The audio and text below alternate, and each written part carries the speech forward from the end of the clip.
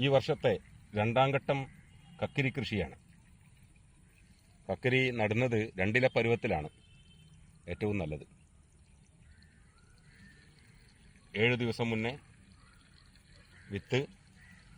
വിത്ത് ട്രേയിൽ മുളപ്പിക്കാൻ വെച്ചു.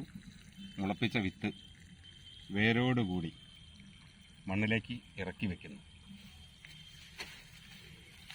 അല്പം മണ്ണ് ചേർത്ത് കൊടുക്കുന്നു. ഈ സീസണിലെ രണ്ടാം ഘട്ടം കൃഷിയാണേ.